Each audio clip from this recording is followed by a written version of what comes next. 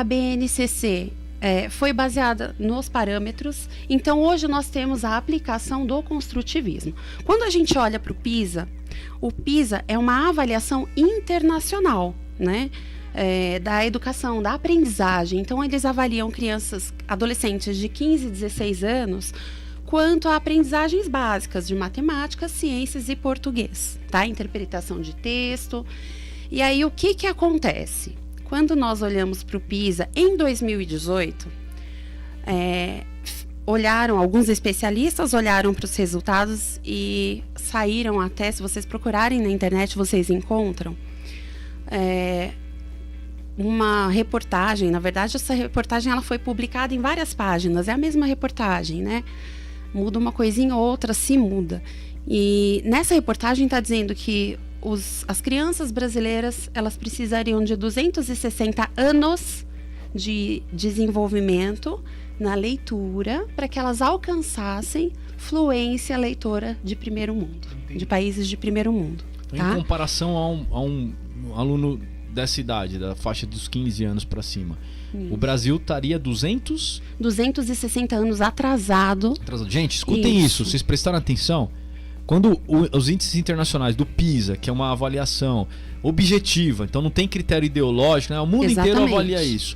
O Brasil está hoje atrasado para um padrão médio de um aluno de outro país desenvolvido com 260 anos de atraso. Isso. Vocês entenderam isso, gente? Olha a preocupação. E isso é resultado do construtivismo, né?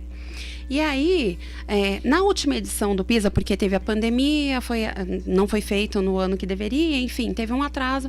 Em 2022, 53% das crianças, dos adolescentes brasileiros não alcançaram a pontuação mínima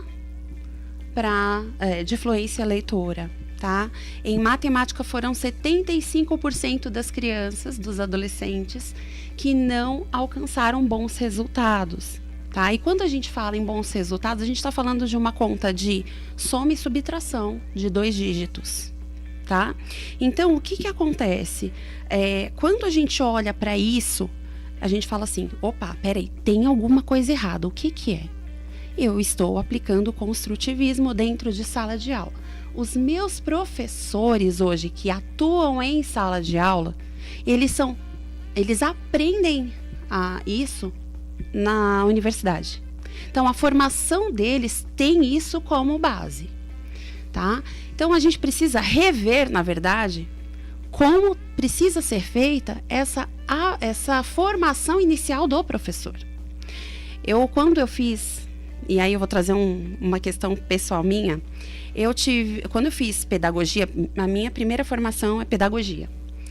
Quando eu tive problemas com professores, com grupos de aluno, trabalhos que eram feitos em grupo, eu fazia sozinha. Por quê?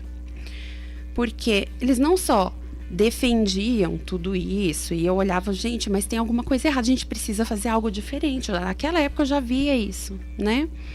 Porém, naquela época eu já via alguns professores, algumas pessoas falando assim, eu tô aqui porque é a faculdade mais barata e mais rápida, eu preciso de um diploma.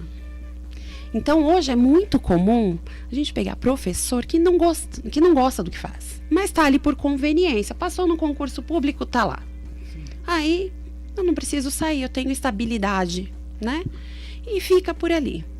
Então, a gente está falando de um problema muito sério, porque é a formação de base do professor que traz essa educação para as crianças, que vai ensinar essas crianças.